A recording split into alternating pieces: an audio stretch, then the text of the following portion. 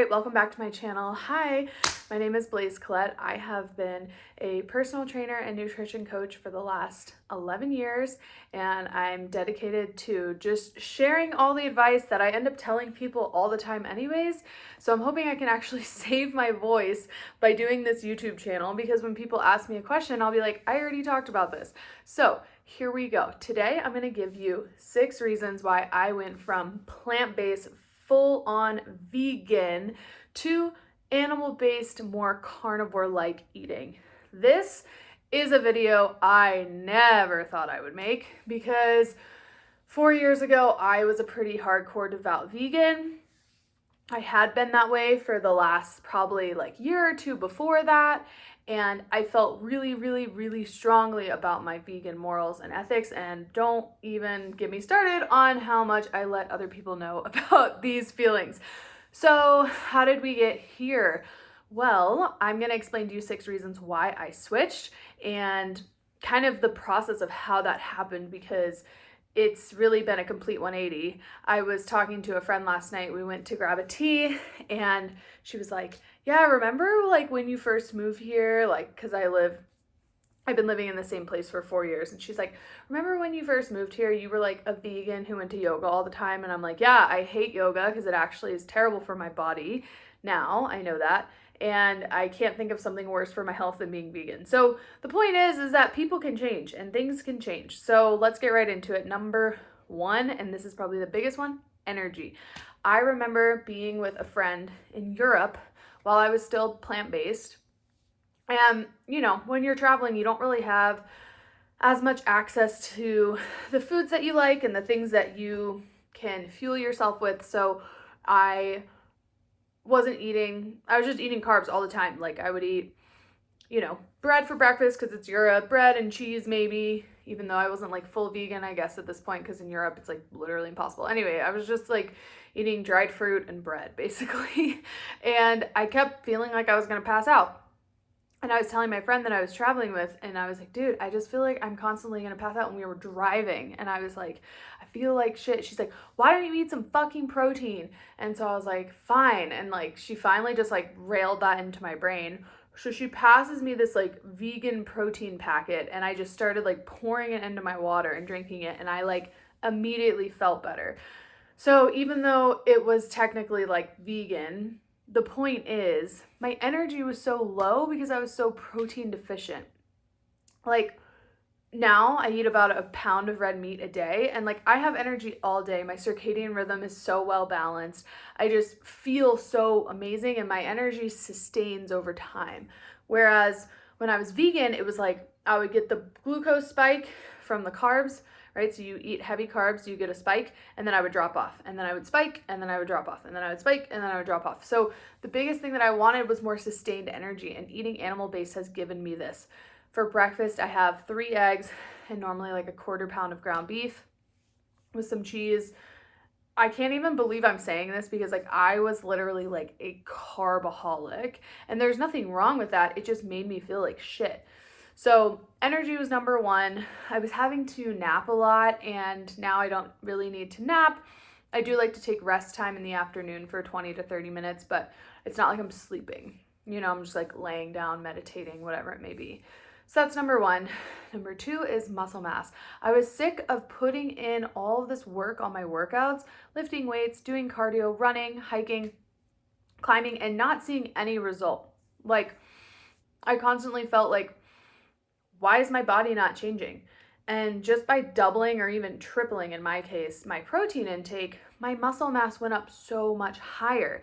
Now, I know what you're thinking. If you're a vegetarian watching this, you're going to be like, well, I can just eat plant-based protein. Okay, yes, you can. However, it's less bioavailability, which leads me into point number 3 of why I switched from vegan to animal-based or carnivore.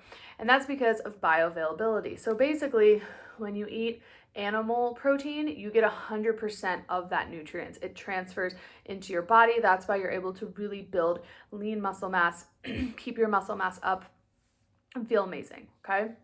However, when you're eating plant-based sources of protein like pea protein and tofu which are so heavily processed. If you really, really think about it, those are very, very, very heavily processed things because they do not naturally occur as protein sources, unlike beef and eggs and chicken and pork and whatever it may be. So with those plant-based proteins, you're only getting 85% bioavailability. So that means you eat 20 grams of plant protein, but you're really only digesting, let's say, like 16 grams of that, right?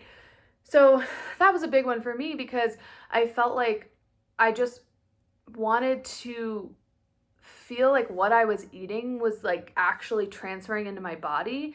And this bioavailability also relates to me with like supplements, because when I was vegan, I had to take so many supplements just to like get by a normal day, like B12, right?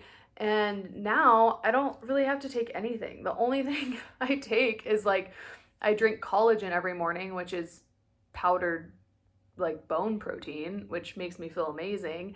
And I take like a hair supplement because I'm just trying to grow my hair out super long, and I'm not one of those people that's hair grows really long. But yeah, when I eat animal-based, everything I eat goes directly into my body, and I feel that I'm absorbing much, much, much more nutrients. So that's a huge, huge reason why I advocate for animal-based as opposed to plant-based. Okay, number 4 is going to be libido. So I have never been on hormonal birth control, and I'm super grateful for that because my cycle is very regular, very consistent. It's pretty much every 28 days I get my period. And I found when I was vegan, not only did I have adrenal fatigue, which was because my cortisol was so high because I wasn't getting the right foods, I also was anemic. So I wasn't getting enough iron. So you can imagine that if I'm iron depleted the entire month, and I get a period because I'm female, and then I lose more blood where my iron is, then imagine how my energy must feel, right? Put yourself in this situation. Like if you don't eat any red meat, which is where the most iron, nutrient dense, like compounds are found, how can you feel like you have high sex drive when you're constantly depleted? Iron's just one example, but I think I was so depleted in so many nutrients when I was vegan that just moving to animal-based really changed things for me. I pretty much feel like my libido is consistently high throughout the entire course of the month, other than the first 1 to 3 days of my cycle. That's pretty great.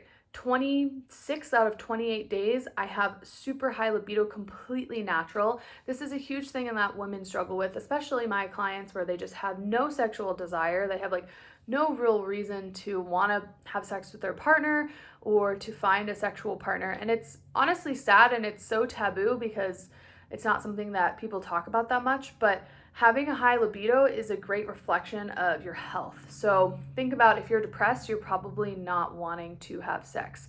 Whereas when you're happy and you're healthy and you have high energy, your libido is naturally going to be higher. So this is something I found that when I was plant-based, I was sluggish, exhausted, tired, fatigued all the time. So you can imagine how would I have a high sex drive if that's how I felt all the time, okay? So that's a huge one, is libido. Big reason I advocate for it. I think all women deserve this, and it's important. Okay, 2 more. Number 5 is going to be easy fat loss. All of us want to lose fat easily, and there have just been so many myths flying around that people don't really know how to do that. And the biggest thing that I would say is focus on your protein. If you are getting, for me, I'm 160 pounds, maybe a little bit less, but I don't weigh myself because it's triggering. So if I get 125 grams of protein a day, which is about 30 to 40 grams per meal, 3 meals a day, like I automatically drop fat because the protein keeps me full. If you're trying to just restrict by eating lower portions, that's fine in some ways, but if you don't actually increase your protein, you're going to be like, well, I'm eating bread, but I'm eating less bread, but the bread isn't actually filling you up. So for me, I found the biggest fat loss results when I just increased my protein and just focused on increasing that, because then I stopped. I have really not been craving really any carbs. I used to crave pasta, rice, bread, potatoes. I don't really crave that anymore. If I do eat a piece of bread, it'll be like a piece of locally made gluten-free bread, and I'll have like one piece and I'm like, oh my gosh, I'm so full. So I found that it's just such an easy way to lose fat because you're not constantly bloated, eating processed foods, eating processed sugars. It really is like the best bang for your buck is eating animal based, and it has the least amount of toxins. So that's been huge for me. Okay, and the last one, number 6, is bloating. So moving right into bloating, a big reason why all of these foods were bloating me. So like basically when I was vegan, I told my friend who was more animal based, like, man, I'm just always bloated all the time. Like, is this normal? Is this how I should feel? She's like, no, Blaise, like, you probably should not be feeling that way. Why don't you take like a food sensitivity test? So I'm like, okay, so I'm vegan at this time. My main like sources of fuel were gluten, soy, and coconut. Okay, gluten, soy, and coconut. So I take a test, a blood test for my food sensitivities, and guess which foods were my number one highest sensitivities? Gluten, soy, and coconut. Like wreaking havoc on my digestion. I constantly had like loose stool, always low energy, right? And additionally, I always felt bloated. Like, and I think that was largely the gluten and the soy. Now you will not catch me near soy. Like, soy is so fucking bad for you. Maybe I'll have like edamame because it's coming from its natural source, but it made me feel so bloated, so gross, so pregnant. Like, right before my period, I would feel like I was literally carrying a child. Every time I would eat bread, even if it was locally sourced and it had gluten in it, I would just feel so fat, so puffy. My face would get puffy. And then coconut, I can do a little bit of coconut, like coconut water, but that's pretty much it. So those are my highest sensitivities.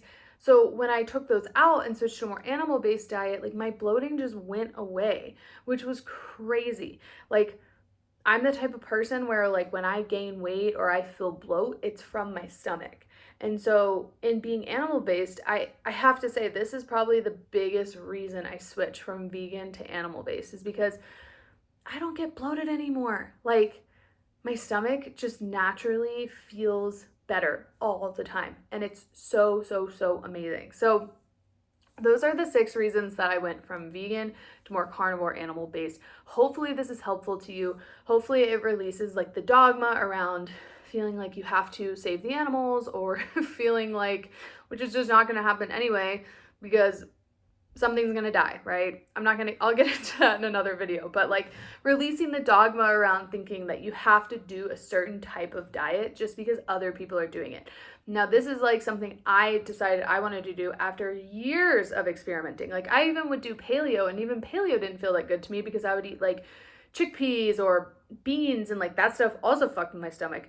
So this is what worked for me. I hope that it provides you some insight, and even if you're not fully sold on this idea, just try it out. Just try 2 weeks eating animal-based and see how you feel.